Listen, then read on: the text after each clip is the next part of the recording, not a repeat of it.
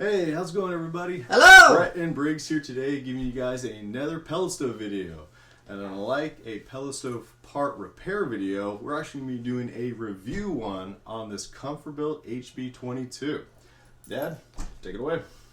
Well, as always, son, welcome to the channel. And yes, today we are going to give kind of the ins and outs on this HP22 by ComfortBilt. We're from Miles Pellet Stoves, and we are in and out of every brand, every model of pellet stove each and every year. And this is one we want to talk to you about just a little bit. The ins and outs of this stove, and overall, is it really worth buying? Follow along with us. Let's do it. Let's see. Okay, now this HP22 by ComfortBilt, and you can read a lot about this stove on the internet, and that's great and dandy, but the key things that kind of people were really interested in are these. How large is the hopper? That's where you put the pellets. So that's right here.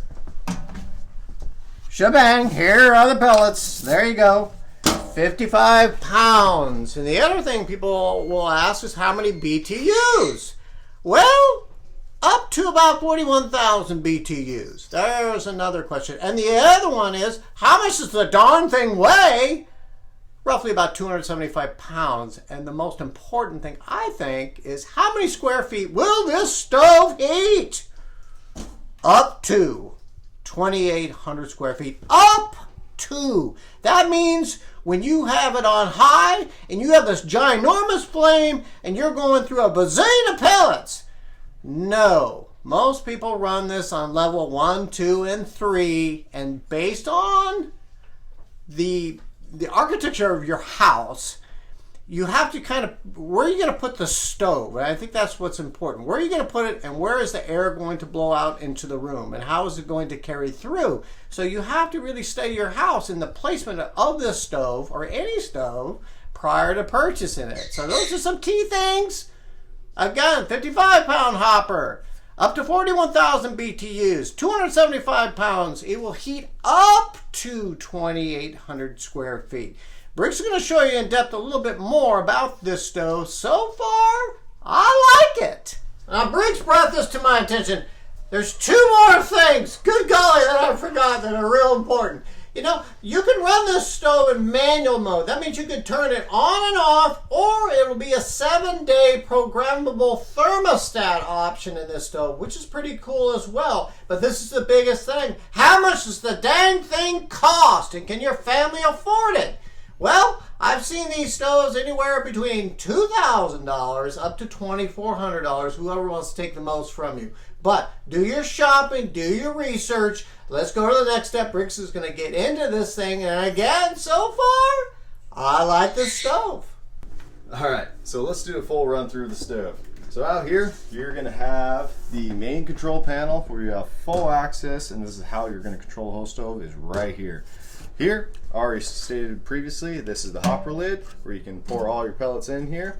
This is the hopper safety switch right here. When that's engaged down like this, the auger motor will run, and if you have it up, the auger motor will be disengaged. Just a nice little safety switch that they put on many, if not all, new stoves today. Right over here on the HP22, to access the sides, you just want to pull slightly on this door right here. It's held by two magnets, and you have full access to all electronics on this side. Same thing, folks, could happen on the left side over here. You just give a nice little pull. There's no latches that hold it. And equally, you'll have all nice access right here. Plenty of room to do repairs. Now, Dad, what is the number one thing people have to do before touching any of the stuff in here? Well, it is. It's unplug, unplug, and unplug your stove prior to doing any maintenance. And if you feel uncomfortable working on your stove, please call your local service provider. Exactly. Going over here, we're going to focus on the front side. Dad, I know you're very into this handle right here. Folks, right here, this is a very stout and solid handle. Dad, I'm sure you have lots to say on this compared to other stoves. Well, I thought it was well designed, and I think it's easy to open and close the door. There you go. Exactly, simple as put. It's strong, it holds, you're good. It's not going to be easily broken. In here, you'll have full access to the inner chamber. You can grab your burp pot just as so. It'll lift nicely, so you can go in here and clean out the holes as so, and if needed. And when you put it back, nicely set it in here. Make sure it sets just right, and you're golden. Up here, you're gonna have a scraper rod that scrapes the heat exchange tubes up here, and it'll drop the ash down inside. Right here, you'll have the, oh, what is the actual term for this one, Dad? Well, you know, they say it's the air wash system for the windows. Yeah. So the air wash system right here, so if you have them more open, you're gonna have more kind of air coming in to help clean up the windows. All the way to the left, less air. A lot of times you can set it where you like it and set it and forget it. Still, even with that, folks, you still occasionally have to come in here, take some Windex and clean these windows. Right down here, before we close it up, you will have a removable ash pan with latches on the right and left side as so. So we want to take it out. Very easy, holds a lot, and you can dump it outside, garbage, anything that suits your boat. Just make sure you don't have hot ashes out here so you can avoid a fire hazard. And when you're done, put it right back in here. Make sure the latch goes as so. There we go. Those are easy. I was jumping the gun there. The same as the left side. You want to make sure that's latched just nicely so it holds that seal. If you have a thrown off seal either from here or up here, you'll throw off the pressure inside and your stove may not work properly. So over here, we're going to take the door handle, close it as so. Take each right and left side, close it. And that is a quick run through of the outside. Okay everyone, we're going to be focusing on the control panel over here. So when you plug in your stove and everything else, sometimes you may not have any power, anything, whatever. That happens. Some people may not know this, but all ComfortBilt stoves will have a on and off switch right where the actual power plugs in. So I kept it off just to give you what this sounds like when it actually gets full power. So when I hit this, it's going to do a nice little beep. You're going to be brought to the main screen. So right here, we'll talk about a little bit in here. So right here you see the actual degrees that are set. This right here on this little house diagram is showing what the stove detects in the house right now. So this is the house temperature right here. Up here, this is the actual setting of the stove that's going on. Either could be manual or temperature or a couple other modes, and I'll get into that. Right here, here's the status of the stove. It is currently stopped. Here's another secondary one. It is off. And right here, you'll have your date and times. Now, as the stove kind of goes on, you'll get a nice flame image, which you guys will see. And you'll see the different heat levels. And as this thing lights up, you will see what I mean. Over here, this button right here, this is your main on and off switch. Right here, this is your, I like to almost call it in shorthand, the odometer. If we hit that, you're going to kind of see a little bit of the status of a stove, just kind of like a car. If you hit it again, you'll see really kind of like an odometer, how many ignition times, run times, all that sort of thing. If you hit it again, you'll go right back to normal. Right here, this is the button that changes the actual mode. So I'm going to direct your attention up to the top left corner up here. It's in manual mode right now. If I hit it again, it's in temp. You can see another button, not a button, a number showed up. This is what the actual stove is set to, just like a thermostat. It's like an internal thermostat, folks. And right here, this is the heat level. It'll range from 1 to 5. If I hit this button again, it'll go into a weekly setting. So this is the advanced programming thing. Say if you want to set your stove to turn on Monday, 6 a.m., run for 2 hours at so temperature, yada, yada, yada. A lot of the manual will go more in depth on that, but that is just a very quick rundown of that setting. If I hit it again, this is a not so talked about mode. It's a thermostat mode. This is where you can hook up a outside thermostat if you want, but not a lot of people do that because of the already internal thermostat this is have. But these stoves do have a mode for that, and I thought I might as well just cover that. And if you hit this one more time, you'll go right back to a manual mode, and the manual mode is basically an on and off, and you set the temperature as so. Over here on these buttons, real quick, if you pull it out, Dad, you're going to have the up and down button, and since we are in manual mode, if I keep hitting it up, you can see the temperature that the stove will run on. right here, this is a back button. Not much is going to happen right here. This is your enter button. Not much will happen here unless if you press and hold it.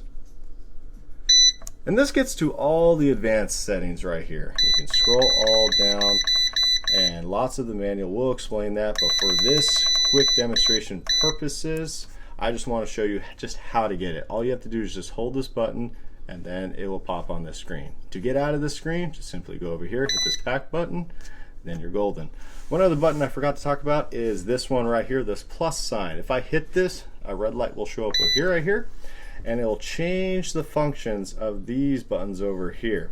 A lot of the manual will go more far in that, but for this quick run through video, I won't get too much in depth of that. But if you accidentally ever hit this and you got this red light over here, these buttons will act a little different. So just because of that, we're gonna hit this button again, make sure that red light's off, and then we'll start going on to the actual running of the stove. So when we want to start the stove, say in a manual mode, the simplistic, most simple mode of the stove, you're just going to go over this power button, hit it as so.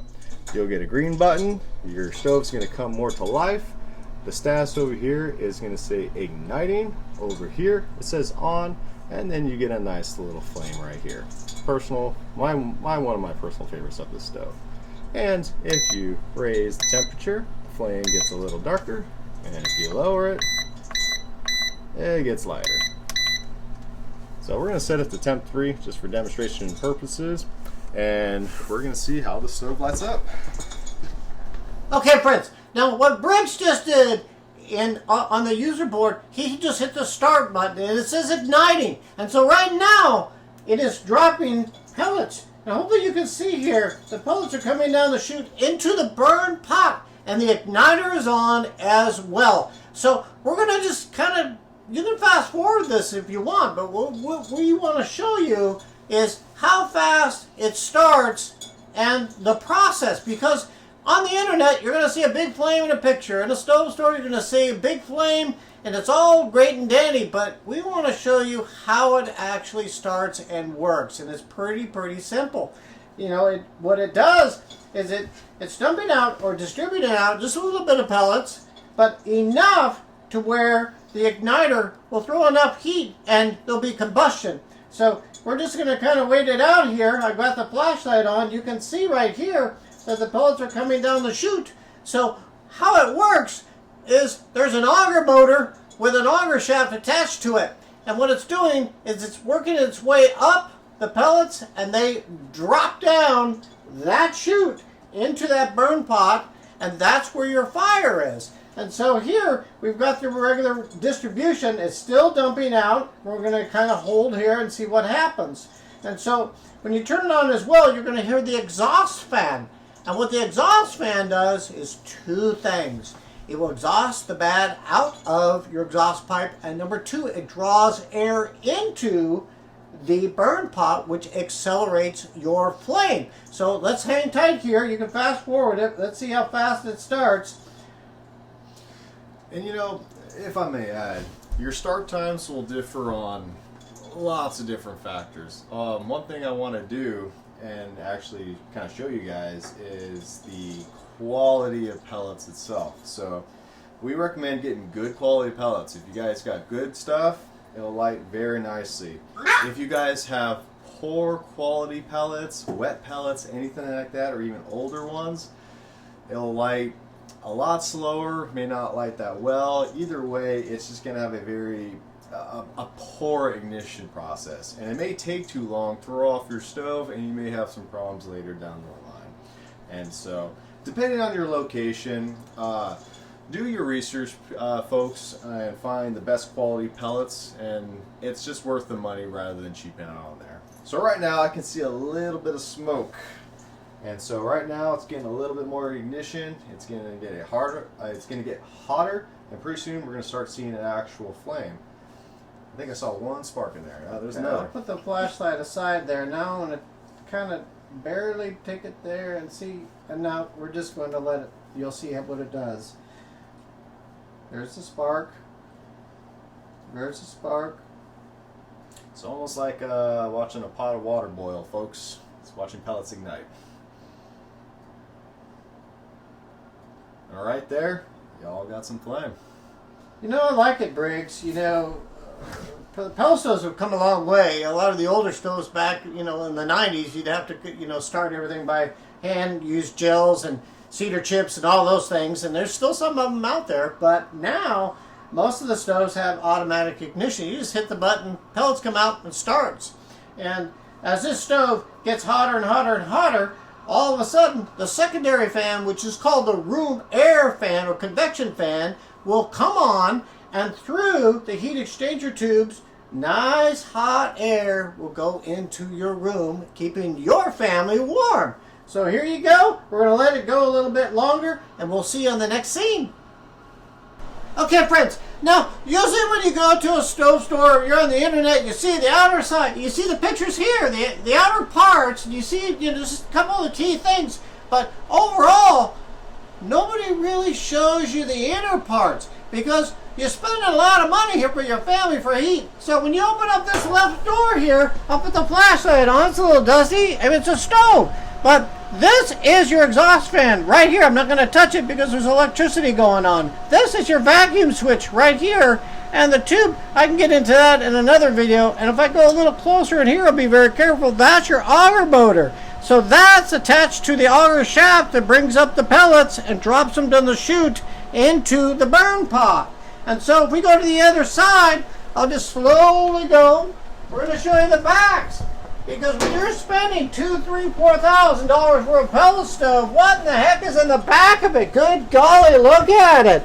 So here, again, this is all electrical here. So this is the wire harness. Right here is the internal motherboard. So here, this is connected to what Briggs was working on, the user control board at the top of this stove. So I'm going to zone in here a little bit. Can you get it? Right here where my finger is, that's the igniter right there. Easy peasy to replace. All these parts are quality parts, and ComfortBilt actually put a stove together right. And yes, these are moving parts, and over time you will have to replace a fan. And they are affordable through ComfortBilt, and they're quality. So you can kind of see, I mean, good golly, just stay right there, Briggs. Right there. I'm going to go to the other side. Just stay right there. You're going to see me on the other side. So, here I am. Here you go. So this is all what's in the back of the stove. Good golly. There's a couple other small things, but, you know, overall, it's a simplistic stove. It's a quality stove. It's easy to work on. It's easy to clean. It's easy to operate.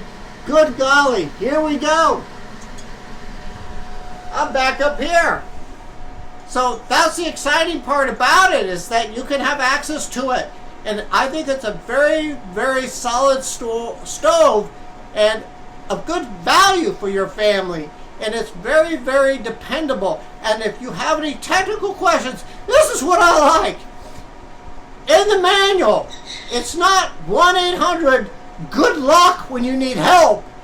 You call ComfortBilt tech support and you get somebody there with a pulse, or if you get a recorder, they'll call you right back and they will answer your questions. Top-notch service. And that's it, everybody. And I guess that kind of goes right back to the question is it really worth it? The HP22 ComfortBilt stove. Well, ComfortBilt really did it. You know, this is affordable for your family. It's easy to use. Easy to maintain. The parts that you will have to replace in the future, because they're moving parts, are affordable. Great tech support through ComfortBilt. I really, really, really like it. It even comes with a remote control if you don't feel like getting off the darn couch. But you know what? Do your research. There's a lot of different folks out there that are selling the ComfortBilt. Buy from somebody who can support and ask your questions and help you along the road. Because as you go along the road and you put this in your house and the heat's coming out, I tell you what, those hard-earned dollars went the right direction to ComfortBilt. So that's a thumbs up right there. Thumbs up. All right. Thanks, guys. Thank See you you in the next video.